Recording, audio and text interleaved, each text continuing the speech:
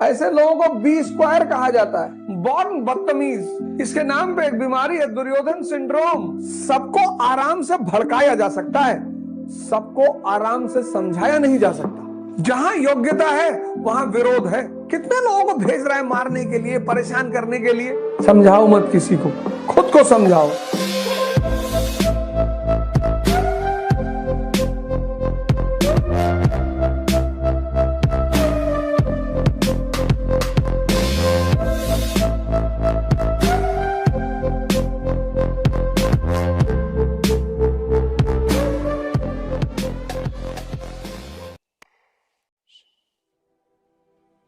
मैत्री का भाव बताने को, सन्मार्ग पे सबको लाने को, दुर्योधन को समझाने को,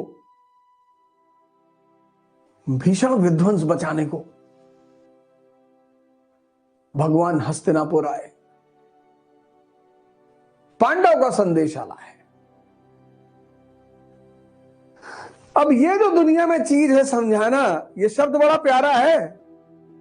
भगवान कृष्ण अर्जुन को तो समझा ले गए, दो लोगों को नहीं समझा पाए, एक अपने बेटे सांब को और एक दुर्योधन को। तो तुम दुनिया में सबको समझाने के चक्कर में क्यों पड़े हो? सबको आराम से भड़काया जा सकता है, सबको आराम से समझाया नहीं जा सकता। जो मरा हुआ दिमाग है, बेचैन दिमाग है, वो भड़कता जल्दी है, और शैतान का काम है भड़काना। डॉक्टर भीमराव अंबेडकर घूम घूम के इस देश के दलित लोगों से कहा कि भैया पढ़ो और ब्राह्मण बनो,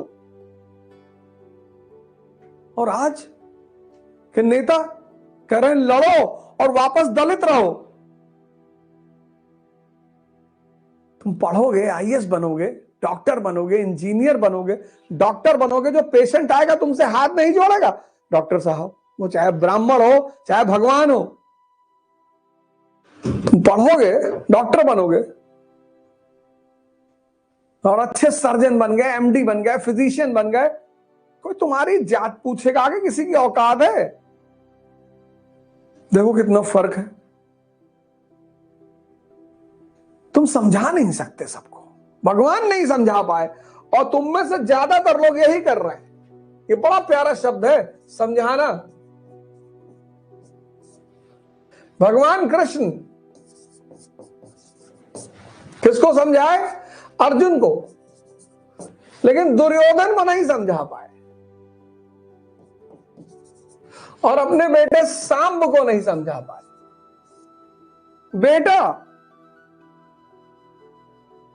बेटा और ये दुर्योधन, इसके नाम पे एक बीमारी है, दुर्योधन सिंड्रोम। बहुत लोग इसके शिकार हैं। ऐसे लोगों को बी स्क्वायर कहा जाता है, बॉर्न बदतमीज। 25 साल की उम्र में माँ बाप से कह रहे हैं तुमने हमारे लिए किया क्या है? अरे भैया, तुम्हारा पॉटी सुसु साफ किया है, ये कम है? ये कम है क्या? खाना खिलाया, कपड़ा पहनाया, कम है? तुम्हें 25 साल का कर दिया। ये हमेशा गुस्से में, ताव में, गाली देंगे, दूसरे की बुराई करेंगे। गाली देना तो खैर अच्छी बात है, देना चाहिए। गाली दुनिया में 3 ही लोग देते हैं, एक आपके ससुराल वाले आपको देंगे, एक आपके बचपन के दोस्त, और एक हिजड़े। सोशल मीडिया में देखो कितना फेक अकाउंट बना बना के सब लिखते हैं। तुम्हारी इतनी औकात नहीं कि तुम ओरिजिनल आकर सामने किसी गाली दे दो।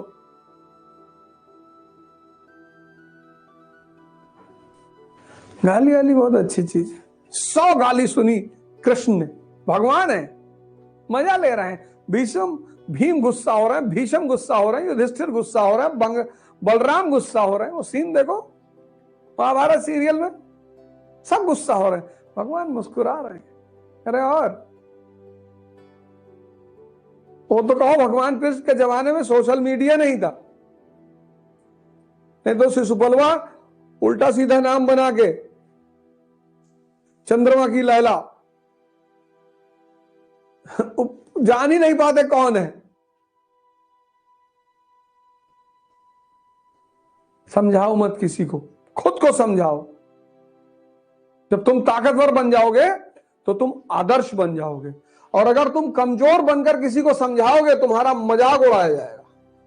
कमजोर बनकर मत समझाओ किसी को, चाहे तुम्हारा भाई बहन हो, चाहे तुम्हारा दोस्त हो, किसी को समझाओ मत। ताकतवर बनो, ताकतवर, और ताकतवर बनकर आदर्श बनो।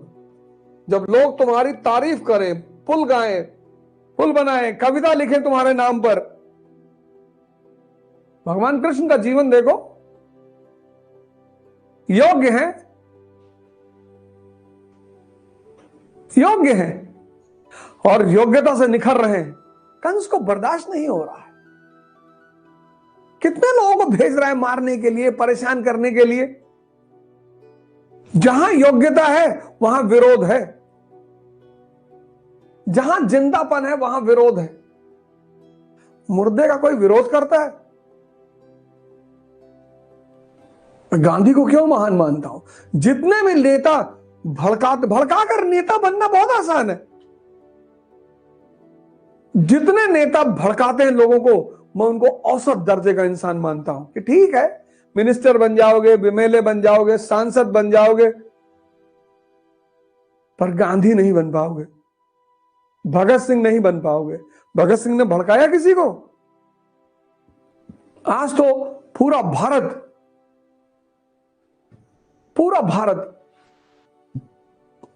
एक अजीब से अंधकार से घिरा हुआ है, और उसमें सबसे बड़ी भूमिका है एजुकेशन सिस्टम की।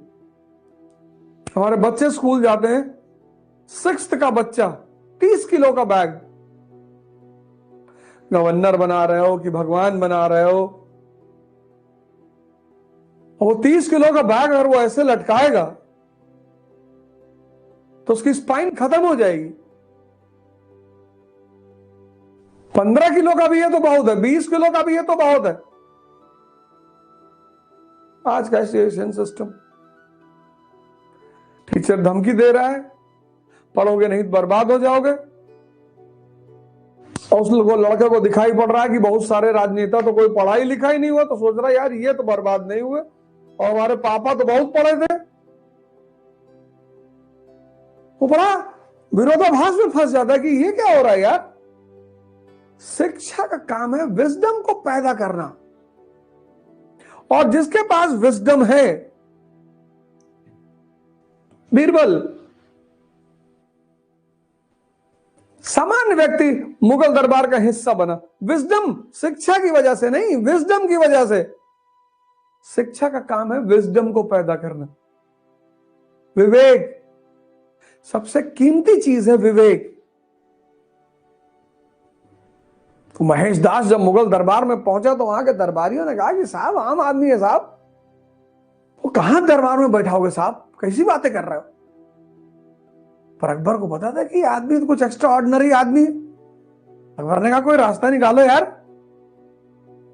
बोले साहब, मुल्ला दो प्यादे ने कहा कि साहब एक ही रास्ता है, हम सवाल करेंगे, अगर जवाब दे दें तो ठीक है। बोले करो। तो मुल्ला दो प्यादे ने महेश दास से पूछा, महेश? बोला हाँ साहब। बोले बताओ मेरे मन में क्या चल रहा है।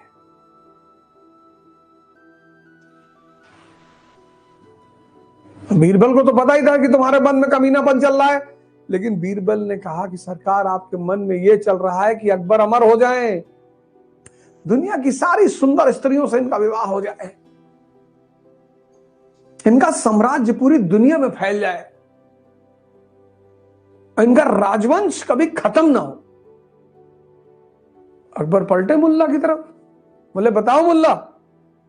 बोले साहब सरकार सोच तो बिल्कुल यही रहा था मैं। इसको कहते हैं विवेक।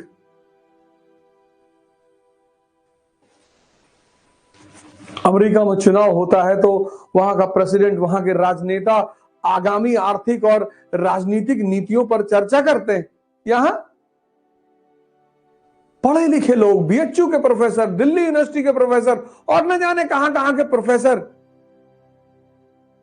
आग लगा रहे हैं। व्यवस्था को बदलो। ठीक है, मैं मान रहा हूं लोग आज भी परेशान हैं। शिक्षा व्यवस्था को बदलो, कानून बनाओ जाति व्यवस्था खत्म करने का। कोई अपनी जाति नहीं मेंशन करेगा। चीन ने यही तो किया 1912 में।